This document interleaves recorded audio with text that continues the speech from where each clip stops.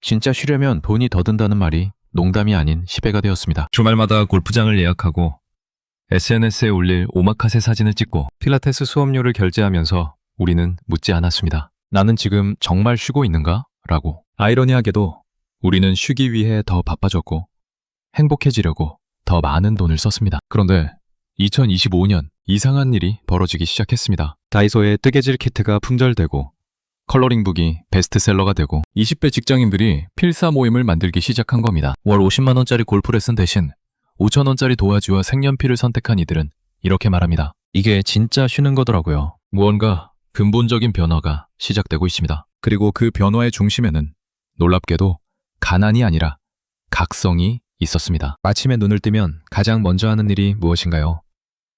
대부분의 사람들은 스마트폰을 집어듭니다. 인스타그램 피드를 넘기고 유튜브 쇼폼을 보고 카톡을 확인합니다. 밥을 먹으면서도 넷플릭스를 틀어놓고 화장실에서도 틱톡을 스크롤합니다. 우리의 뇌는 24시간 내내 새로운 자극을 찾아 헤맵니다. 신경과학자들은 이를 도파민 중독이라 부릅니다. 스마트폰 알림 하나, 새로운 콘텐츠 하나가 우리 뇌에 미세한 보상 신호를 보냅니다. 문제는 이 보상이 점점 더 강해져야만 같은 만족감을 느낄 수 있다는 점입니다. 마치 설탕에 중독된 사람이 점점 더 단 것을 찾듯 우리 뇌는 점점 더 자극적인 콘텐츠를 원하게 됩니다. 그 결과는 역설적이게도 공허함입니다. 하루 종일 콘텐츠를 소비했는데 정작 남는 건 아무것도 없습니다. 재미있었던 영상 하나 기억나지 않고 웃었던 밈 하나 떠오르지 않습니다. 우리는 지금 자극 과부하 상태에 빠져 있습니다. 너무 많은 정보가 너무 빠르게 지나가면서 뇌는 정작 아무것도 처리하지 못하는 상태가 된 것입니다. 서울대 심리학과 연구팀이 2023년 발표한 논문에 따르면 하루 평균 쇼폼 시청 시간이 2시간을 넘는 성인의 11%가 의미 있는 경험의 부재를 호소했습니다. 재미는 있었지만 만족은 없었다는 겁니다. 우리는 끊임없이 소비하지만 끊임없이 배고픕니다. 이 장면이 낯설지 않다면 당신도 이미 그 안에 있는 겁니다. 요즘 취미가 뭐예요?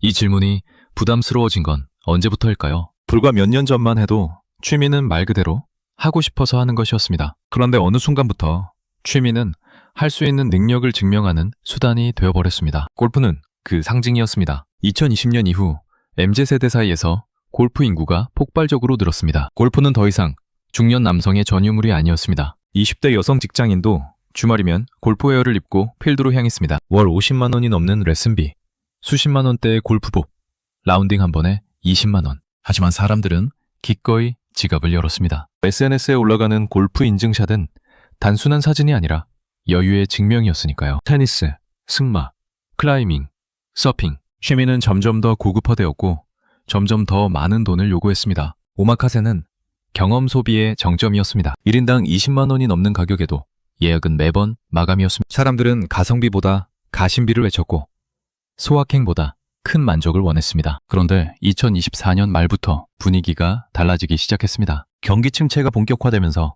MZ세대의 실질 가처분 소득이 줄어들었습니다. 고물가, 고금리, 고용 불안이 삼중고로 다가왔습니다. 골프장 예약을 취소하고 오마카세 대신 편의점 도시락을 먹게 되면서 사람들은 깨달았습니다. 내가 왜 이렇게까지 해서 쉬려고 했지? 즐거우려고 시작한 취미가 어느새 해야 하는 것이 되어 있었습니다. 더 비싼 장비를 사야 할 것 같고, 더 멋진 장소에 가야 할 것 같고, 더 그럴싸한 사진을 찍어야 할 것 같았습니다. 취미가 스트레스가 되는 순간 사람들은 질문하기 시작했습니다. 진짜 행복은 어디에 있는가?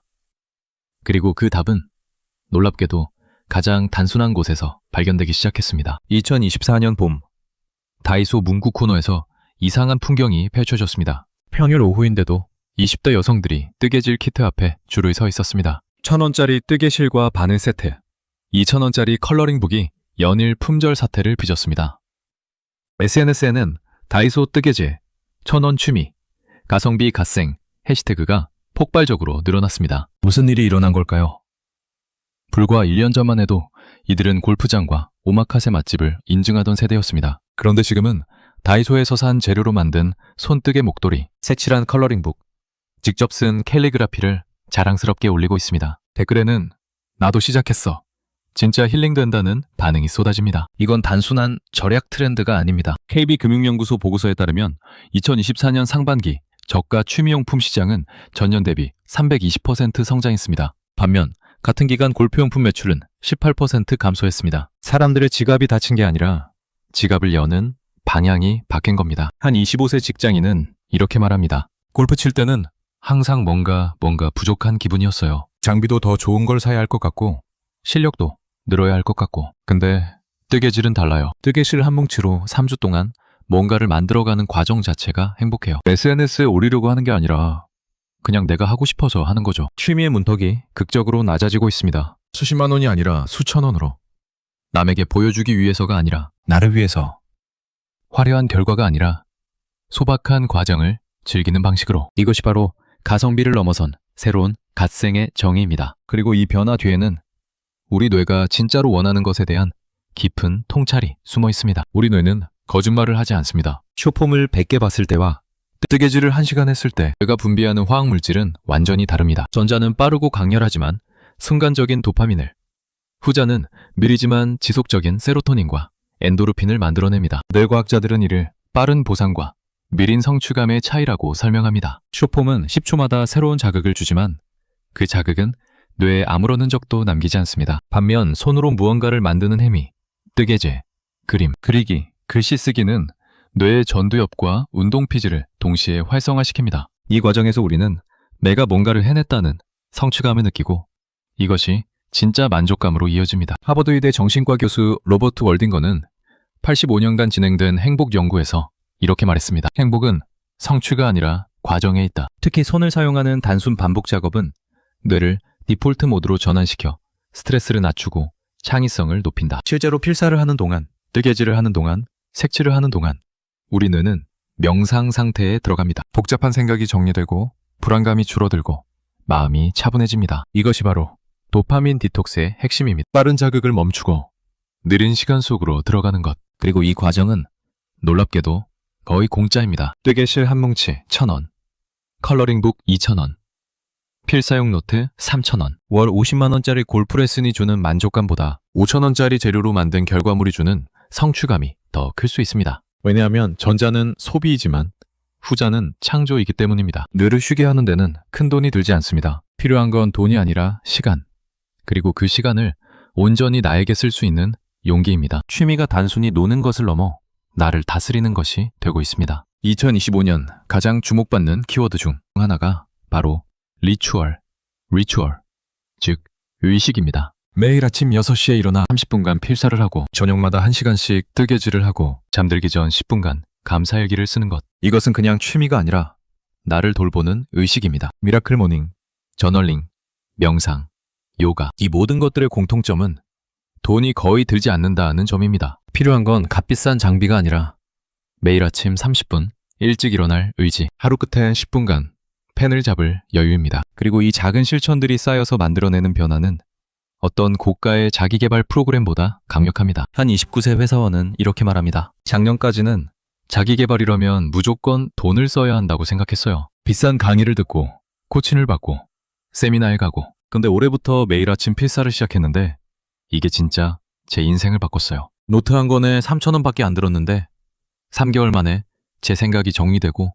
마음이 안정됐어요. 이것이 바로 소유, 바잉하는 취미에서 행위, 두잉하는 취미로의 전환입니다. 예전에는 골프채를 사고 테니스 라켓을 사고 비싼 운동복을 샀습니다. 하지만 지금은 무엇을 가지느냐보다 무엇을 하느냐가 중요해졌습니다. 뜨개질의 가치는 완성된 목도리가 아니라 그것을 뜨는 그 시간 자체에 있습니다. 행동경제학자들은 이를 경험자산이라고 부릅니다. 물건을 사는 것은 일시적인 만족을 주지만 경험은 기억으로 남고 정체성의 일부가 됩니다. 매일 아침 필사를 하는 사람은 필사를 하는 사람이 되고 매일 저녁 뜨개질을 하는 사람은 뜨개질하는 사람이 됩니다. 이 정체성이야말로 돈으로 살 수 없는 가장 소중한 자산입니다. 그리고 이 모든 것은 스마트폰을 내려놓는 순간부터 시작됩니다. 오늘 하루 스마트폰 안 봤어요? 이 말이 자랑이 되는 시대입니다. 불과 몇 년 전만 해도 디지털 디톡스는 좀 유별난 사람들이나 하는 것처럼 여겨졌습니다. 하지만 지금은 다릅니다. 스마트폰을 내려놓고 아날로그적인 시간에 몰입하는 것이 가장 힙한 행위가 되었습니다. 왜일까요? 우리는 깨달았습니다. 알고리즘이 우리를 지배하고 있다는 것을. 유튜브는 우리가 좋아할 만한 영상을, 인스타그램은 우리가 클릭할 만한 게시물을, 틱톡은 우리가 멈출 수 없는 숏폼을 끊임없이 제공합니다. 우리는 선택하는 것 같지만 사실은 선택당하고 있습니다. 알고리즘이 설계한 루프 안에서 무한히 스크롤할 뿐입니다. MIT 미디어랩의 연구에 따르면 평균적인 성인은 하루에 2617번 스마트폰을 터치하고 총 3시간 25분을 스마트폰을 보는 데 씁니다. 그런데 정작 오늘 스마트폰으로 뭐 했어요? 라고 물으면 대부분 기억하지 못합니다. 시간은 사라졌는데 남는 건 없습니다. 반면 뜨개질을 1시간 하면 손에 10cm 길이의 목도리가 남습니다. 필사를 30분 하면 노트에 2페이지의 글씨가 남습니다. 컬러링을 하면 하얀 도화지에 색이 채워집니다. 이 남는 것이 중요합니다. 디지털 세계에서는 모든 것이 휘발되지만 아날로그 세계에서는 모든 것이 축적됩니다. 한 27세 디자이너는 말합니다. 요즘 가장 큰 사치가 뭔지 아세요?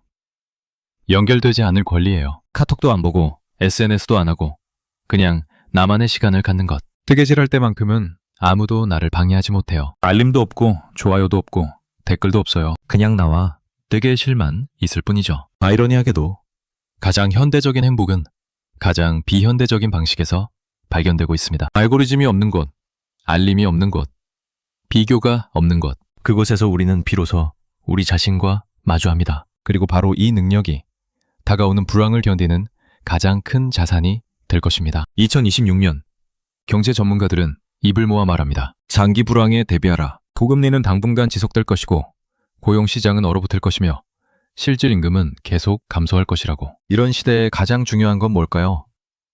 재테크? 부동산? 주식?